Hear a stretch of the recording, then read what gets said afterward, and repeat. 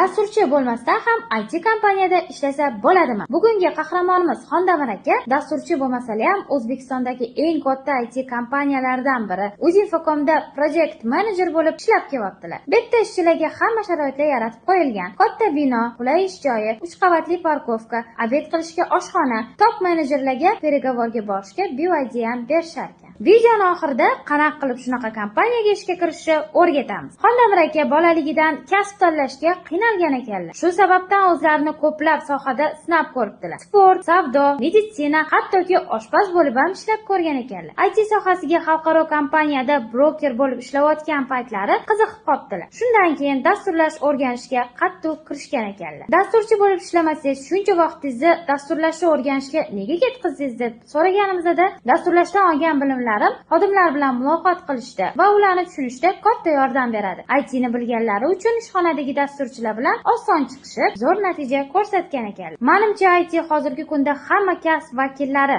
ayniqsa rahbarlar uchun juda kerak. IT hayotimizda shunchalik muhim rol o'ynashni boshladiki, uni bilmagan mutaxassis ertangi kunda o'zini o'rnini yo'qotib qo'yishi mumkin. Agar sizlar ham ish bozorida IT ni bilmaganlardan 2-3 barobar ko'proq oylik olib yoki o'zingizlarning biznesinglarni rivojlantirmoqchi bo'lsanglar, 100% bilan IT ni o'rganinglar. Kurslarimiz haqida to'liq ma'lumot olish uchun kommentda plus qoldiringlar.